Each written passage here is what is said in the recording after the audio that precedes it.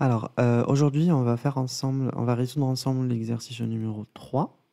Ce sera sur les paramètres de rétention et de séparation. Donc, comme vous voyez là sur l'énoncé, c'est HPLC. Ok.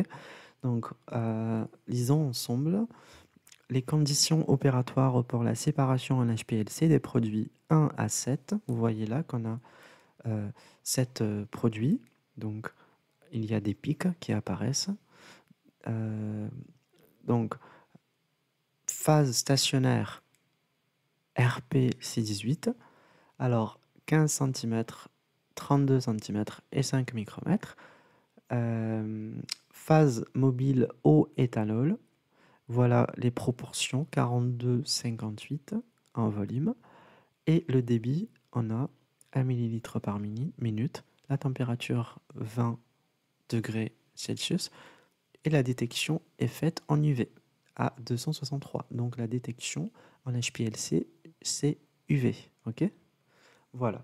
Donc les 4 derniers solutés par ordre de sortie sont les suivants, c'est-à-dire par ordre de sortie, c'est-à-dire celui-là le numéro 4, 5, 6 et 7. Ok. Le benzoate de benzyle, le diméthylphtalate et ensuite diéthylphtalate et à la fin on a le toluène. Ok. Donc qu'est-ce qu'on va faire? On a les temps de rétention de chaque composé. Voilà. Et on a ça, la largeur. Ok. Donc, le temps mort T0 est donné, 0,75.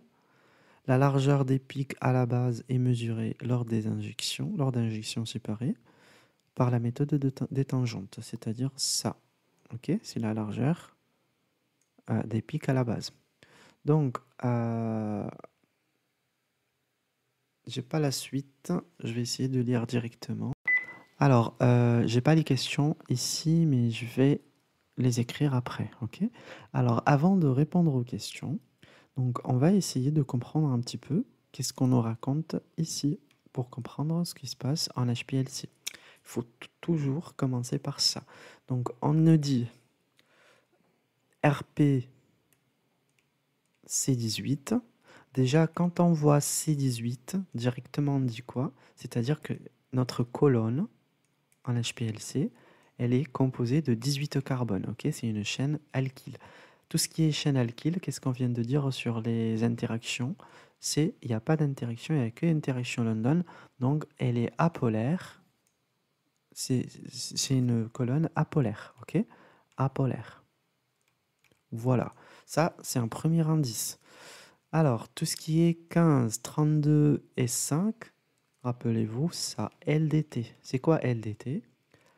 L, c'est la longueur. Donc, la longueur de la colonne, donc une colonne de 15 cm. D, c'est le diamètre. C'est un diamètre interne, ok? Diamètre interne. Et T, c'est la taille de granulométrie. Taille de granulométrie. Ok. Donc, il existe des grains sous forme sphérique comme ça comment dire, dans la colonne. Et ça, c'est leur taille. Ok. Donc, c'est 5 micromètres. Voilà. La phase mobile. Alors, tout ce qui est colonne, la colonne, c'est considéré une phase stationnaire. Ok. C'est une phase stationnaire. Elle ne bouge pas. Elle est apolaire. Ok. Et dans la colonne, il passe les produits. C'est qui transporte ça? C'est l'éluant. Ok, c'est notre éluant, c'est-à-dire notre phase mobile. C'est elle qui bouge à travers la colonne. Donc, elle prend avec elle les composés qu'on a injectés, c'est-à-dire les 7 produits-là. Donc, la phase mobile, on avait dit que c'est l'eau et le méthanol, pardon. Ce qu'on va commencer à faire en premier, c'est de faire les interactions entre l'eau et le méthanol. C'est ce qu'on avait vu, ok, tout à l'heure. Ça, c'est un carbone, CH3. Donc, il y a un caractère accepteur et donneur pour les deux. Donc, on a des liaisons hydrogène. OK? Si vous ne comprenez pas ça, il faut regarder la première vidéo, OK? Sur les interactions, sur la polarité. Voilà. Euh, il y a un moment dipolaire, dipolaire, pardon, une interaction dipolaire, dipolaire, et puis dipolaire, dipolaire, pardon, dipôle, dipôle induit, OK? Et puis dipôle, dipôle induit, et à la fin, on a London tout le temps, OK? Voilà. Donc, qu'est-ce qu'on peut dire par rapport... Alors, par rapport au débit, ça, on peut en parler aujourd'hui, même si on nous a déjà donné le temps mort, ok? Donc, parfois, on ne nous donne pas le temps mort, c'est à nous de le calculer. Comment on fait si, par exemple, on ne l'avait pas? Alors, je vais essayer de l'écrire juste ici, en bas. Alors, il y a ce qu'on appelle la loi. Donc, c'est V0. Elle est égale à quoi?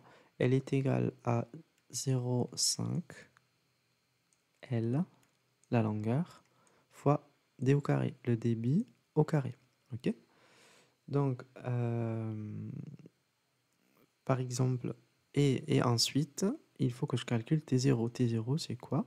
C'est V0 que je viens de calculer, là, celui-là, multiplié par le débit. Ok? Voilà, c'est ça. Donc, alors, pardon, ici, c'est d au carré, excusez-moi. Voilà, un grand d au carré, on parle de ça, 0,32, ok? Le diamètre interne.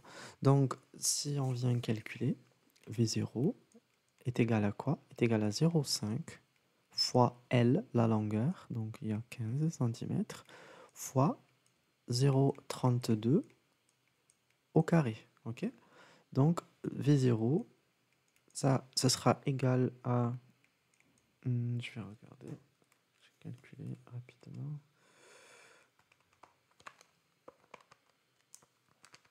Alors, ce sera égal à 0,76. Et ce 0,76, il va nous servir pour calculer T0. Donc, le temps mort, c'est égal à quoi? Il est égal à 0,76 fois le débit. Le débit, c'est quoi? C'est ce que vous voyez là. Ok? C'est 1 millilitre par minute. Donc, fois 1. Ok? Donc, notre temps mort, il est égal à quoi? À 0,76. Presque. Voilà, c'est la même chose. 0,75, ok? Voilà.